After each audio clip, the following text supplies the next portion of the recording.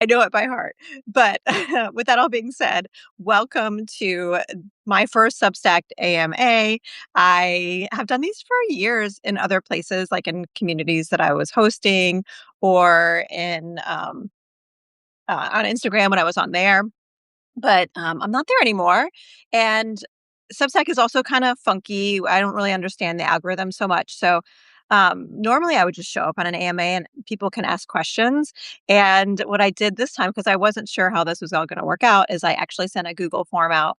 And I have three great questions to dig into. And I think even if you aren't curious about these questions, I think you're going to get a lot of benefit from them. And with that being said, if you're on live, definitely plop a question in there for me. I would love to answer your question. Again, like free subscribers can join these lives and ask questions. And if you miss it or you have to leave early and you didn't get a chance to listen to all the answers, paid subscribers get to listen to all the replays. It's one of the perks of being a paid subscriber and helping me to support my job as a writer. So, with that being said, in case you don't know who I am and you just kind of stumbled upon this live, my name is Julie Duffy Dillon, and I have been a registered dietitian for almost 27 years. 27 years ago this week is when I finished all my training. And hey, Jocelyn, I'm so glad that you came back. And I'm hoping you can hear me. Everybody else is saying they can hear me now. So it is a modern miracle. Hey, Sarah, thanks for joining too. But 27 years ago this week, I finished all my training to become a dietitian. And within about 2 years, I started helping people with PCOS. And that was right around the time that I was also starting to specialize in diabetes and eating disorder recovery.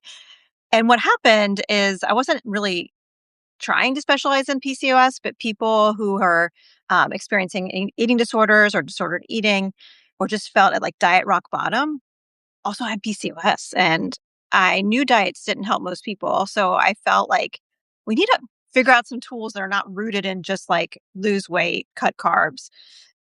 And there are many ways to promote health with PCOS. And that's what my whole Substack is about. So um, let me see here. I want to start with some of the questions that folks asked in the Google form, and some folks asked anonymously, and some provided your name, and so I will let you know that part. But also, with that being said, just a reminder: plop your questions in the chat, and I don't know how long this live will go. I'm going to try to just answer everything, and we'll see what happens. And I had an intention to like cut and paste everything in the chat box because I was on my computer, but the sound wasn't working. So I'm not able to do that on my phone without losing my mind. So if you don't quite catch the question, there's going to be a replay. And whether you're a free or paid subscriber, I put all the questions, like I put like all the notes in the accessible version for the follow up email. So let's go with question number one. It's from an anonymous subscriber. And this person asked, intuitive eating requires that we honor our hunger and fullness. But what happens when your hunger and fullness cues are significantly impacted because of insulin resistance? Does the principle of gentle nutrition apply in this situation? If so, what does that look like in practice? So, this is a question that I love answering. And if you have in any way been drawn to not dieting anymore with PCOS, but felt like intuitive eating doesn't work for you, you're at that crossroad that this person is also at.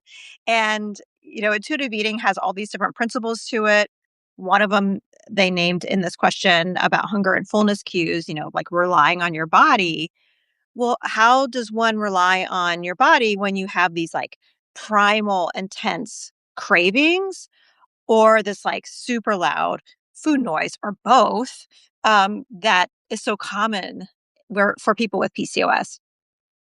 And also, another kind of distinction with intuitive eating, one of the principles rather, is this concept of gentle nutrition, which is not necessarily the phrase that I like to use because I think of like gentle nutrition often gets wedged back into another diet. It's kind of following some rules.